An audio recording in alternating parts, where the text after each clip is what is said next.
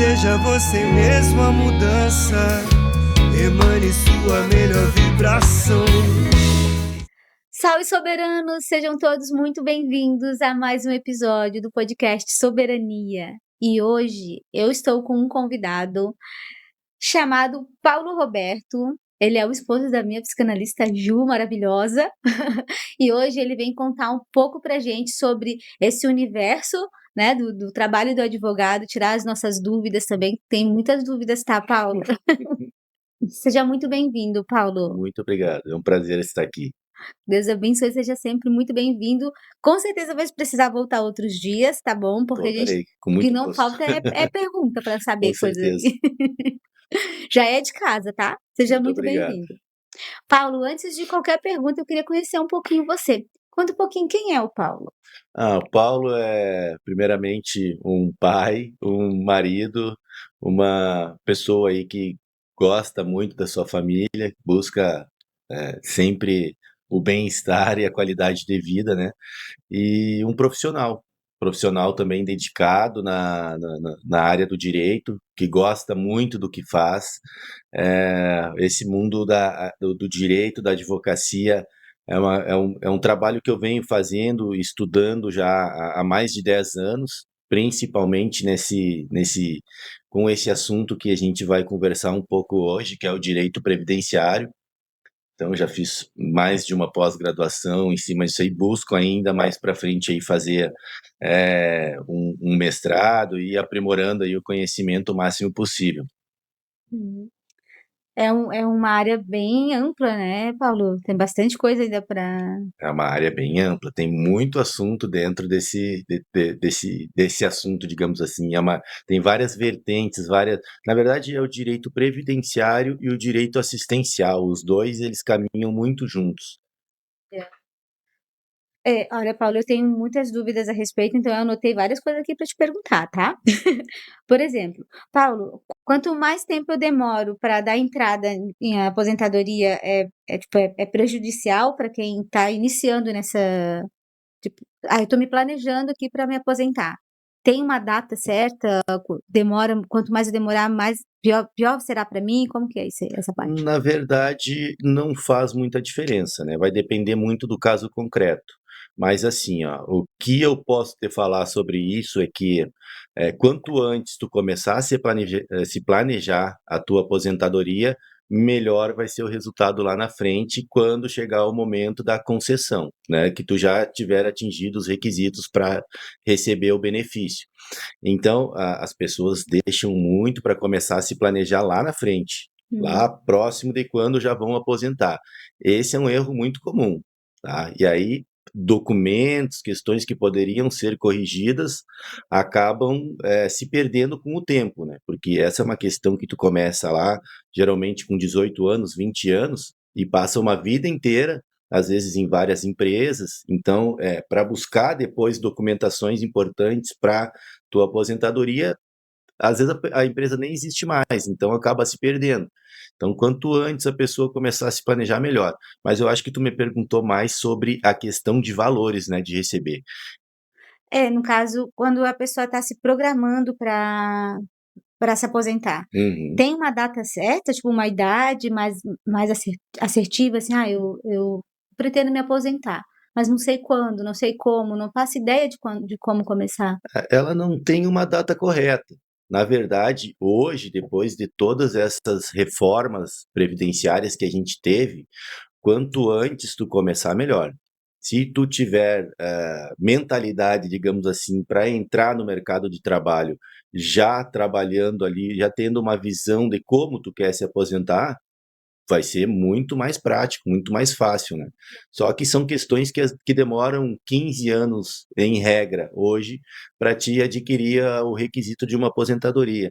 Então, muito tempo para te pensar na mesma coisa. Geralmente, o pessoal começa a se preocupar lá pelos seus 40, 50 anos.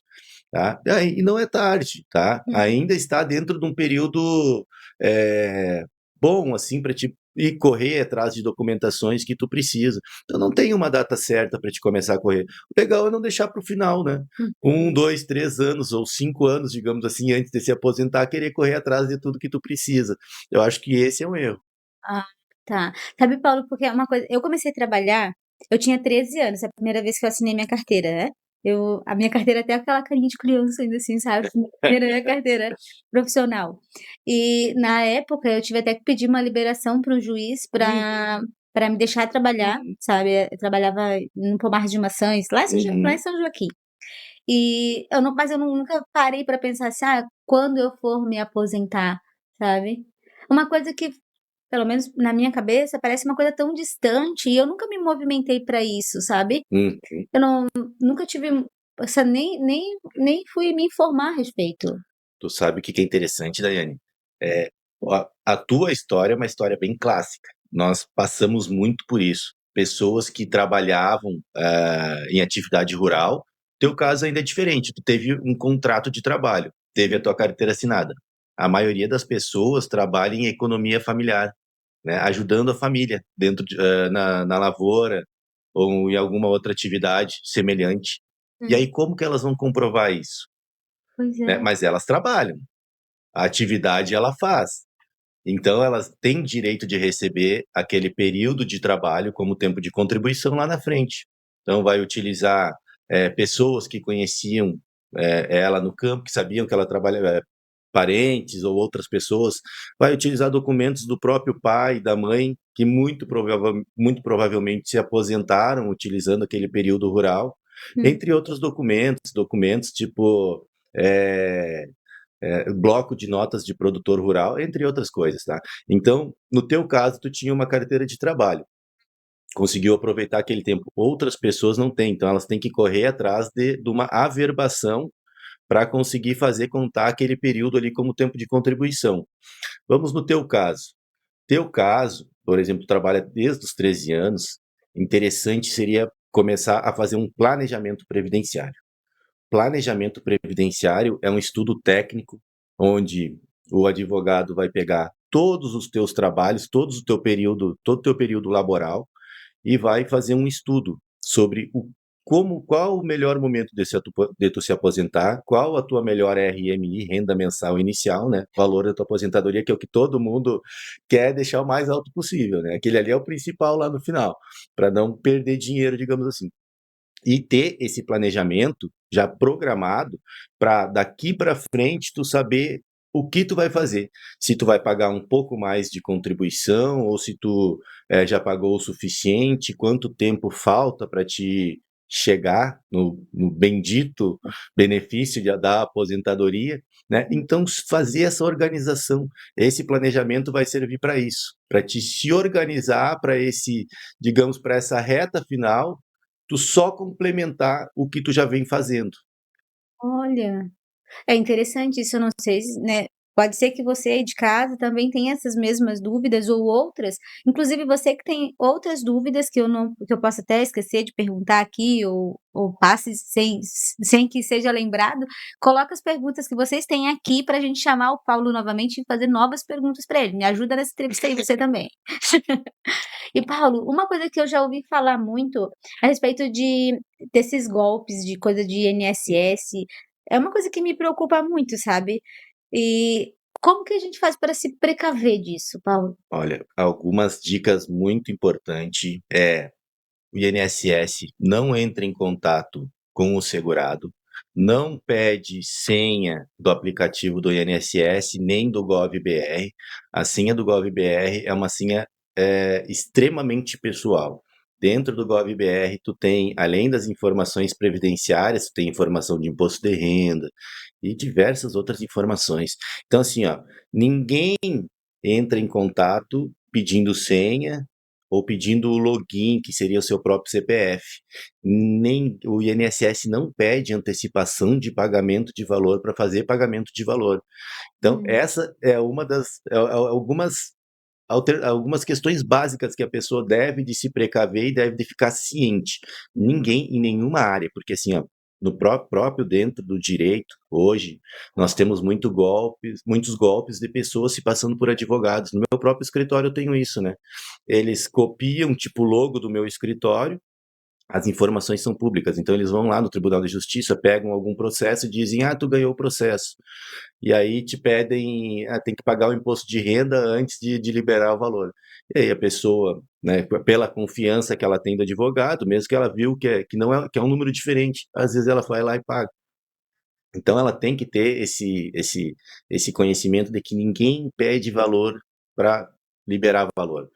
Isso não existe. Então esse é um dos principais. Tem que estar sempre atento, então, quanto a isso, né? Muito. Até nesse negócio de FGTS, essas coisas assim, já tem também pessoas pedindo adiantamento para saque. Isso também faz parte desse. Olha, eu não tenho conhecimento sobre essa questão do FGTS, mas qualquer situação que peça antecipado para fazer pagamento de imposto de renda ou de alguma taxa que tenha que pagar para liberar valor, eu já considero que seja suspeito e que muito provavelmente seja algum tipo de golpe. Olha só. Ó, você que está aí nos acompanhando, que tem algum idoso, às vezes, que passa muito por isso, né? Muito. Algum idoso em casa, ou uma pessoa que, de repente, ela não tem informação, mas você que está nos acompanhando aqui, você não cai em golpe, você fica ligado aqui aprendendo com o Paulo.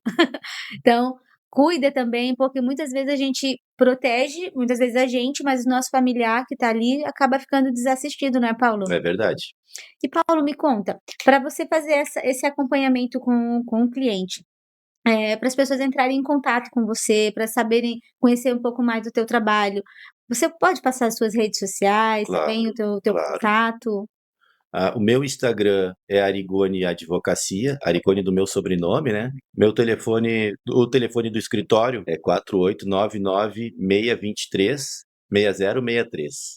A gente Então coloca seriam também no os rodapé. principais contatos, ou Instagram ou WhatsApp através desse telefone. Então tá. E conta um pouquinho pra gente, Paulo, teve alguma pergunta aqui que eu não fiz, mas que você acha que é muito importante que os nossos seguidores conheçam, que os nossos seguidores fiquem por dentro? Olha, teria alguns pontos a serem tratados. Assim, ó, eu diria que principalmente a questão do planejamento previdenciário, tá? A gente poderia ter desenvolvido um pouco mais essa pergunta contigo aqui a hora que eu estava te explicando. Porque assim, ó, no meu ponto de vista hoje, para as pessoas que têm dúvidas, estão chegando ali, estão digamos, no caminho já onde começam a se preocupar com a sua aposentadoria, é o momento dela procurar a fazer esse planejamento, esse estudo técnico sobre a sua vida laboral, buscar as informações. Às vezes as pessoas trabalham em atividades especiais, precisam de documentos que só a empresa tem disponível que disponibilizam para elas e que é extremamente necessário para o momento de fazer a tua aposentadoria, tipo contagem de período especial. A empresa vai disponibilizar um documento onde tu vai levar para o INSS e o INSS vai ter que reconhecer aquele documento. Então, às vezes, tu deixa passar o tempo, a empresa já não existe mais, é muito difícil de tu recuperar esses tempos que são teu por direito, né? Então, quanto antes a pessoa fizer isso, quanto antes ela se planejar, melhor vai ser, menos prejuízo ela vai ter no final da sua jornada contributiva, digamos assim. Que E no caso das donas de casa, das senhoras, né, que elas também para se aposentar acaba sendo um pouco mais complicado, né, Paulo? Como que faz nessa parte? Hoje teve uma regularização, né? As donas de casas, elas estão cadastradas como contribuintes individuais, né? Elas se cadastram como contribuinte de baixa renda, então antes elas teriam que pagar 11% em cima das contribuições, né? Do salário mínimo. Hoje elas conseguem pagar 5%. Então, as outras regras de aposentadoria são todas as mesmas. Então, o que muda mesmo é a forma de contribuir, porque como ela é dona de casa, muitas vezes não tem uma renda, aqueles 11% sobre o salário acaba sendo um valor consideravelmente alto, né? Hum. Então, para elas se enquadraram no 5% que facilita. Tem todos os outros direitos, se machucar, pode receber um benefício por incapacidade, se o companheiro falecer, ou melhor, se ela falecer, o companheiro pode receber, os filhos ficam assistidos pela Previdência, por uma pensão por morte, é a mesma coisa dos outros benefícios. Olha, Paulo, tu falando agora sobre morte, me vem uma outra dúvida que eu gostaria de não deixar passar. No caso, quando uma pessoa, o pai de família, ele vem a óbito e a família, tipo, fica totalmente desassistida. Vamos dizer que esse pai de família, ele não tinha uma renda fixa, ele não tinha um trabalho de carteira assinada, nada. Como que fica essa família? Existe uma forma de aposentadoria para essa viúva? Então, assim, ó, a previdência, ela é como se fosse um seguro de vida. Enquanto você paga, você tem direito. Se você não paga, se você não contribui ou não trabalha de carteira assinada, infelizmente a família fica desassistida pela previdência, porque o sistema da previdência é contributivo, né? Então, hoje eu pago a previdência para amanhã tu se aposentar. Então, se a pessoa não paga, realmente ela fica desassistida para esse benefício. Mas, se é uma pessoa de família humilde, tem outros benefícios assistenciais, né? Hoje tem o próprio Bolsa Família, que não é um valor tão que faça tanta diferença, ou se a pessoa já tem mais de 65 anos, ela tem direito a um BPC, benefício de prestação continuada, Hum. para, digamos, aquelas pessoas que nunca contribuíram. Então, com 65 anos, essas pessoas elas são assistidas pela Previdência, da forma de benefícios assistenciais.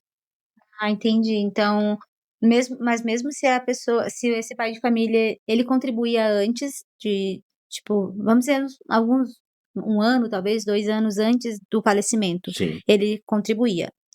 E agora vamos dizer, nesse No último final, ano não, aí igual não tem essa. sim, aí é diferente, aí é diferente. Se a pessoa, por exemplo, ela depois que ela adquire a qualidade de segurado, ela entra num período de graça quando para de trabalhar. Então, ela fica até 1 ano, ou melhor, ela fica até 3 anos sem precisar trabalhar, dependendo se ela cumpriu os requisitos anteriores, tá. Por exemplo, ter, contribuído por mais de 1 ano, ter contribuído por mais de 10 anos e estar desempregado. Ou seja, se ela trabalhou 10 anos e ficou desempregada, ela fica 3 anos, tá, com qualidade de segurada. Então, caso dentro desse período de 3 anos não estivesse trabalhando e veio a óbito, a família tem direito, ela está assegurada pela Previdência. Ah, tá. E se no caso de um advogado ter assumido, vamos dizer, a pessoa, a viúva foi atrás, Uhum. pediu a ajuda de um advogado e deu lá negado ou simplesmente, tipo, não foi para frente o processo. Essa viúva, ela tem um tempo que ela pode recorrer ou depois que passou já era? Não, na verdade, assim, ó, tem um procedimento que primeiro tu tem que entrar com o pedido administrativo junto ao INSS, requerendo esse benefício, né, e sendo negado pela administração pública, você pode recorrer ou você pode fazer um recurso para a própria administração pública ou converter o processo para um processo judicial. E aí, em algumas situações, somente no processo judicial tu vai conseguir reverter aquela decisão da administração pública. A administração pública, digamos, ela é muito fechada, né? Ela só faz aquilo que a lei expressamente define, enquanto o judiciário já consegue ampliar a sua maneira de análise da lei, digamos assim, né? É onde está o seu resguardo quando a administração não consegue analisar as tuas questões. Ah, que legal.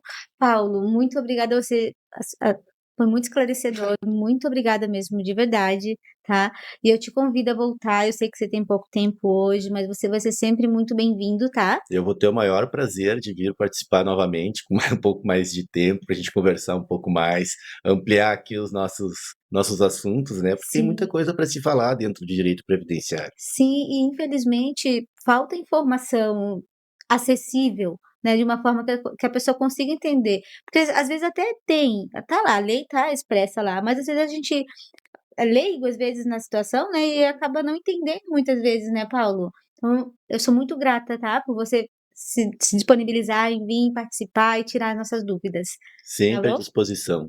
Obrigada mesmo de coração. Eu que agradeço.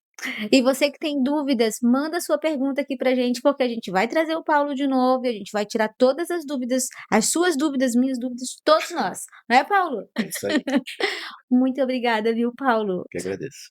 E muito obrigada a você aí de casa também. Muito obrigada e até o próximo episódio.